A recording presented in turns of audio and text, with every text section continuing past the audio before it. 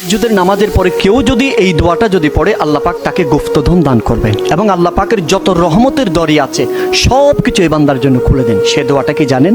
সে দোয়াটা হচ্ছে ইয়া হাইয়ু ইয়া কাইয়ুমু লা ইলাহা ইল্লা আনতা বিরাহমাতিকা ইয়া আস্তাগীসু। জাস্ট এতটুকুই।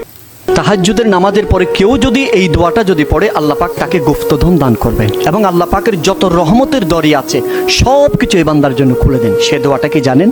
সে দোয়াটা হচ্ছে ইয়া হাইয়ু ইয়া কাইয়ুমু লা ইলাহা ইল্লা আনতা বিরাহমাতিকা ইয়া আস্তাগীসু।